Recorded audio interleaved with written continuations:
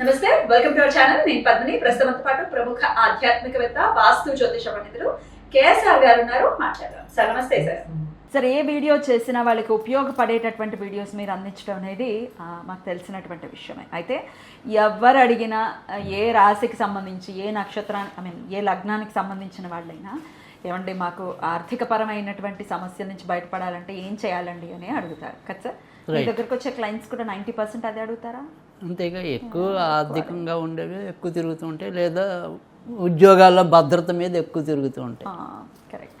So అయితే ఇవాళ నేను అడగాలనుకున్న ప్రశ్న ఏమిటి అని అంటే, ఉన్నటువంటి ద్వాదశ రాశులకి సంబంధించి ఏ రాశి వాళ్ళు ఏ లక్ష్మీ ఆరాధన చేసుకుంటే వారికి ఖచ్చితంగా లక్ష్మీ అనుగ్రహం పరిపూర్ణంగా ఉంటుంది అనేది మీ ద్వారా తెలుసుకోవాలనుకుంటున్నాను సార్. ఇటువంటి ప్రాక్టీసే మీరు చేస్తూ ఉన్నారు కాబట్టి, అంటే రెమెడీస్ మీద డెఫినెట్ రెమెడియల్ మెజర్స్ చాలా ఎక్కువ పాటిస్తూ ఉంటారు కదా మీరు. అదే అవసరం కదా.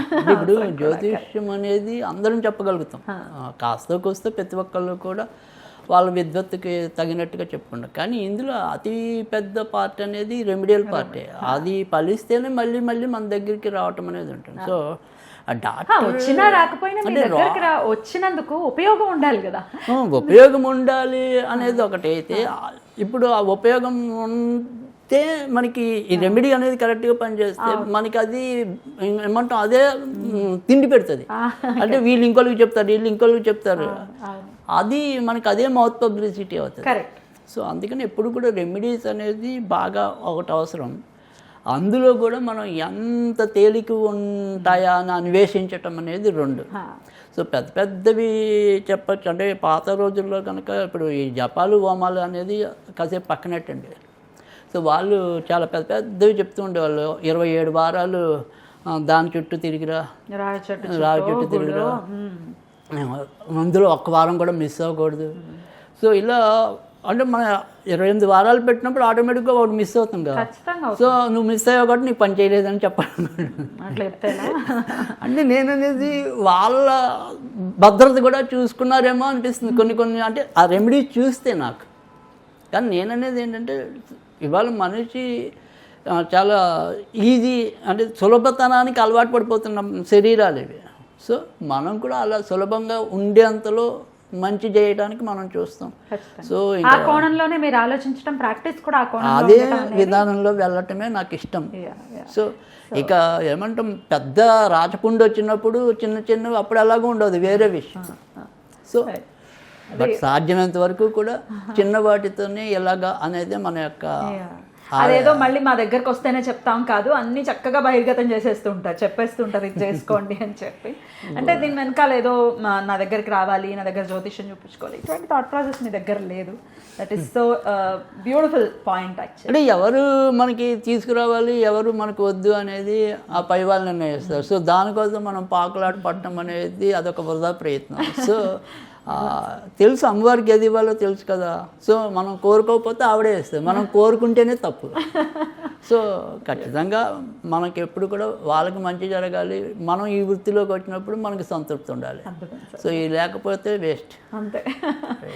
మరి ద్వాదశ రాశులకి సంబంధించి మొదటి 6 రాశులు అంటే మేషం నుంచి కన్యా రాశి వారు అంటే ఏ లక్ష్మీదేవి ఆరాధన వారి రాశి ప్రకారం చేసుకుంటే వారికి బాగా యోగిస్తుంది? రైట్. అంటే మనకి ఖచ్చితంగా ఈ ఏదైతే 8 లక్ష్ములు అయితే ఉన్నాయి కదా, ఈ 8 లక్ష్ములు కూడా ఒక్కొక్క జాతకానికి ఒక్కొక్క లక్ష్మిని ఆరాధించినప్పుడు ఖచ్చితంగా చాలా సులభోపాయం లాంటిది వాళ్ళ జీవితానికి లభిస్తుంది. సాధారణంగా మేషరాశికి ఏముంటుంది, బలహీనత అంటే కనుక ఎంతో కొంత తొందరపాటు అనేది ఉంటుంది, కొద్దిగా ముక్కుసూటితనంగా వెళ్ళటం అనేది ఉంటుంది, చేయాలనుకున్న పని తొందరగా ఎలాగైనా చేసేయాలని ఉంటుంది.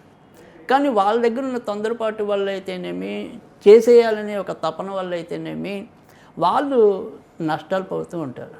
అందుకని వీళ్ళు విద్యాలక్ష్మిని ఆరాధించటం వల్ల వాళ్ళకి ఆ రకమైన జ్ఞానం అనేది, ఏ మార్గంలో వెళ్తే నేను గెలవగలుగుతాను, ఏ మార్గంలో వెళ్తే నేను ఇతరుల చేత నష్టపడకుండా ఉంటాను.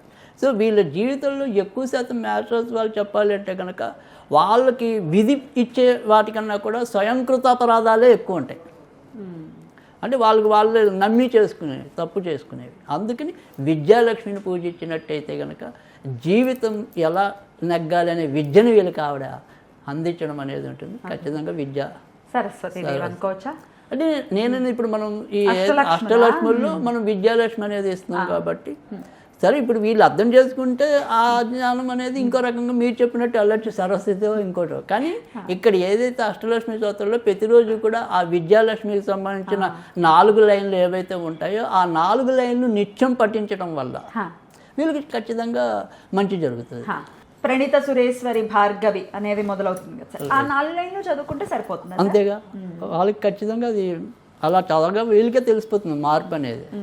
అంటే ప్రతిరోజు ఇంకా దాని భాగం ప్రతిరోజు మనం కొన్ని శ్లోకాలు ఎలాగైతే మనం దేవారాధనలో పెట్టుకుంటామో వీళ్ళు ప్రతిరోజు కూడా ఆ విద్యాలక్ష్మిది ఒకటి చదువుకుంటే చాలా ఆ శ్లోకం ఎన్నిసార్లు చదవాలి అలాగే? పర్వాలేదు, ఒక 3 సార్లు కనీసం చదివితే చాలు. చాలు. ఓకే, ఇక వృషభ రాశి. రైట్. వృషభ రాశి విషయానికి వస్తే కనుక వీళ్ళు ఖచ్చితంగా ధనలక్ష్మిని పూజించుకున్నట్టయితేనే మంచి జరగటం అనేది ఉంటుంది. ఎందుకంటే సాధారణంగా పైకి కనపడిన కోరికలు వృషభ రాశిలో ఎక్కువగా ఉంటాయి. ధనం సంపాదించాలనే దానికన్నా కూడా భౌతిక సంబంధించిన కోరికలు ఏవైతే ఉంటాయో అవి ఏమంటాం, కొంతమంది ఫాల్స్ క్రిస్టేజ్ ఉండొచ్చు, లేదా సమాజం దృష్టిలో బాగా ఉన్నాము కానీ ఈ లోపలేమో అదేదో సినిమాలో చినుకులు పనీలు ఉంటుంది, పైన పటారం పైన లోటారు. సో ఏదైనప్పటికీ కూడా అందుకని వృషభ రాశి వాళ్ళకి ఆర్థికపరమైన చిక్కులు ఎక్కువ తగులుతూ ఉండే అవకాశాలు ఎక్కువ ఉంటాయి. సో అందుకని ధనలక్ష్మిని కనుక పూజించినట్టయితే కనుక చాలా మంచి జరగటం అనేది ఉంటుంది వీళ్ళకి. తర్వాత మిథునం సార్. రైట్. సో మిథున రాశి వారికి సాధారణంగా వచ్చే ఇబ్బందులంతా కూడా కొద్దిగా సంతానం విషయం పరంగానే ఎక్కువ రావడానికి ఉంటుంది. అంటే ఏ రకంగా, ఒకటి సంతానం పుట్టడమే ఆలస్యం అవటం, లేదా మొదట్లో అబార్షన్లు ఎక్కువ ఉండటం, లేదా పుట్టిన సంతానం వాళ్ళు కొద్దిగా మొండిగా ఉండటం, మాట వినకపోవటం. సో ఏదైనా సరే సంతానంకి రిలివెంట్గా ఉండేవి ఏవైతే ఉంటాయో వాటి పరంగా ఎక్కువ ఇబ్బంది పడే అవకాశాలు మిథున రాశికి ఉంటాయి. సో అందుకని మిథున రాశి వాళ్ళు సంతాన లక్ష్మిని పూజించినట్టయితే కనుక చాలా చక్కటి మంచి ఫలితాలు రావటం అనేది ఉంటుంది. ఓకే, ఆ తర్వాత కర్కాటక రాశి. రైట్. కర్కాటక రాశి విషయానికి వచ్చేప్పటికి ఏంటంటే కర్కాటకం అంటేనే మనకి అధిపతి చంద్రుడు కదా. సో అందుకని చంద్రుడు కాబట్టి అంతా కూడా ఏదైతే సంపద, అందుకని ధాన్యలక్ష్మిని పూజించినట్టయితే కనుక వీళ్ళకి జీవితంలో అన్ని రకాలైన ధాన్యాలు లభించడానికి ఉంటుంది. అంటే ధాన్యము అంటే కనుక భౌతికంగా ఉండేదే కాకుండా వీళ్ళకి జనరల్గా కర్కాటక రాశి వారికి ఏదో రకమైన మానసిక చింత ఎక్కువ ఉండటం అనేది ఉంటుంది. అంటే వీళ్ళలో ఉండే ఎమోషన్స్ అవ్వచ్చు, కొంత హెల్పింగ్ నేచర్ అవ్వచ్చు. సో వాళ్ళని ఏదైనా సరే ముందే మనం వెళ్ళిపోవటం ఏదైనా సరే సమస్యకి. అందుకని ధాన్యలక్ష్మిని పూజించినట్టయితే కనుక ఈ మానసికంగా కూడా మంచి ధాన్య సంపద లభించడం అనేది ఉంటుంది. అందుకని ధాన్యలక్ష్మిని పూజించినట్టయితే చాలా మంచి జరుగుతుంది. ఇక సింహరాశి. సో సింహరాశి వారికి సాధారణంగా డబ్బు అనే దానికన్నా కూడా పేరు ప్రతిష్టల మీదే ఎక్కువగా మోజు ఉంటుంది. అబ్బా నువ్వు బాగా సంపాదిస్తావురా, నువ్వు భలే చేస్తావురా అంటే వాళ్ళకి ఎప్పుడు కూడా పొగడతలు అనేది కావాలి ఎక్కువ. సో వాళ్ళు ఎవరైతే వాళ్ళలో ఉండే మంచితనాన్ని ఐడెంటిఫై చేస్తారో ఐడెంటిఫై చేసి వెంటనే పొగడాలి వాళ్ళు, ఫ్లాట్ అయిపోతారు, అప్పుడు బాగా స్పందిస్తారు. సో అది సింహరాశికి ఉండే బలహీనత. అబ్బా నువ్వు భలే బాధ్యతలు భలే చిన్నప్పటి నుంచి మోస్తున్నారు అంటే వాళ్ళకి అదొక ఆనందం. అంతే తప్ప ఆ బాధ్యతల వల్ల ఎన్ని అప్పులు పడిపోయామా అనేది తర్వాత. బోల్ మంది అప్పుల పాలయ్యే వాళ్ళు కూడా సింహరాశిలో ఎక్కువ మంది ఉంటారు, ఏదో ఒక తనకి కాని బాధ్యతలు మోస్తూ కూడా. సో అందుకని వీళ్ళు గజలక్ష్మిని పూజించడం వల్ల ఆ రకమైన మంచి కీర్తి ప్రతిష్టలు, అంటే డబ్బుతో కూడిన కీర్తి ప్రతిష్టలు లభించాలి అంటే కనుక, పదవితో కూడిన కీర్తి ప్రతిష్టలు లభించాలన్నా కూడా వీళ్ళు ఖచ్చితంగా గజలక్ష్మిని ఆరాధించడం వల్ల చాలా మంచి జరగటం అనేది ఉంటుంది. Okay sir. ఇంకా కన్యారాశి వాళ్ళు కూడా మళ్ళీ వీళ్ళు కూడా సేమ్ లక్ష్మీదేవినే, అంటే ధనలక్ష్మినే పూజించాలి. ధనలక్ష్మి. సో ఈ ధనలక్ష్మి మళ్ళీ వృషభ రాశి వాళ్ళు, కన్యారాశి వాళ్ళు. ఎందుకంటే కన్యారాశి వాళ్ళకి ధనాన్ని ఇచ్చేవాళ్ళు, అదృష్టాన్ని ఇచ్చేవాళ్ళు శుక్రుడు అవుతాడు కాబట్టి ధనలక్ష్మిని పూజించడం వల్ల వీళ్ళకి చక్కటి అదృష్టం పట్టడం, ధనం పట్టడం అనేది ఉంటుంది. ఇప్పుడు మీలాంటి జ్యోతిష్యుల దగ్గరికి వచ్చినప్పుడు ఖచ్చితంగా నక్షత్రం కంటే కూడా లగ్నం ప్రధానమైన పాత్ర పోషిస్తుంది అది ఎప్పుడు అని చెప్తూనే ఉంటారు కదా.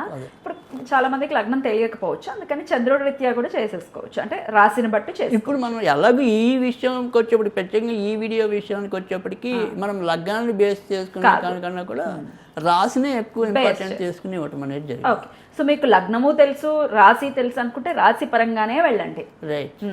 ఓకే సార్, ఇక నెక్స్ట్ వీడియోలో తులారాశి నుంచి మీన రాశి వాళ్ళు అష్టలక్ష్ముల్లో ఏ ఏ లక్ష్మిని కొలుచుకోవచ్చు అనేది నెక్స్ట్ వీడియోలో తెలుసుకుందాం. చాలా బ్యూటిఫుల్గా ఎక్స్ప్లెయిన్ చేశారు సార్. ఈ వీడియో కూడా చాలా ఉపయోగపడుతుంది.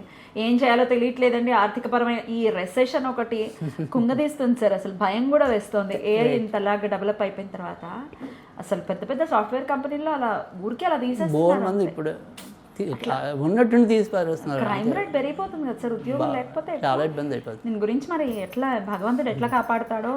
ఎవాల్వ్ అవ్వాలి మనం కరెక్టే, కానీ 10 మంది చేసే పని అది దిక్కుమాలింది, ఇద్దరితో సరిపోయేలాగా చేస్తుంది. అదే కదా. సో ఏఐ నేర్చుకోవాలి, దాన్ని తలదన్నేలాగా మనం స్కిల్ డెవలప్. అందుకే నేనండి ఇప్పుడు ఏ వచ్చేది ఇప్పుడు మనకి జాతకాల్లో అయినా సరే నేను చాలా మందికి ఎప్పుడు కూడా చెప్పేది ఒకటే, మీరు కూడా అప్డేట్ అవుతూ ఉండండి. ఇంకా పాతవి పట్టుకుని అదే పట్టుకుని వేలాడితే ఇబ్బంది అవుతుంది. సో కొన్ని అంటే మనం నేర్చుకున్న దాన్ని ఇప్పుడు కాలానికి ఎలా అన్వయించుకోవాలి అనేది అర్థం చేసుకుంటూ రండి అనేది ఒకటే, అంతేకాని అది వదిలేమని కాదు. సో దాన్ని దీనికి ఎలా మార్చాలి నేటి తరానికి. వాళ్ళేవో ఇప్పుడు ఒక సందర్భంలో చెప్పాను, పాత రోజుల్లో చతుర్థ స్థానంలో శని ఉంటే కనుక 10th తప్పేవాడు. ఇవాళ రోజుల్లో 10th తప్పే వాళ్ళు ఎంతమంది ఉన్నారు? తగ్గిపోయారు. మరి అదే గ్రహం కదా. సో ఎందుకు తప్పట్లేదు, ఎందుకు ఇప్పుడు మరి ఫేవర్ అవుతుంది, అప్పుడు ఎందుకు ఫేవర్ అవ్వట్లేదు, సో ఇప్పుడు ఎందుకు ఫేవర్ అవుతుంది అనేది మరి తెలుసుకోవాలి కదా. ఇంకా వేరే ఏ విషయంలో తప్పుతాడనేది తెలుసుకోవాలి. రైట్. అప్డేట్ అవ్వాలని అలా దాన్ని మనం ఉపయోగించుకోవాలి. ఎలా చెప్పాలి. కరెక్ట్. అయితే మీ ఫీల్డ్స్ని బట్టి మీరు అప్డేట్ అవ్వడం అనేది ఖచ్చితంగా చాలా అవసరం ప్రతి జ్యోతిష్కుడికి కూడా, అంటే ఈ వృత్తిలోకి వస్తే కనుక. రైట్ సార్, చాలా బ్యూటిఫుల్గా ఎక్స్ప్లెయిన్ చేశారు. Thank you sir. నమస్తే.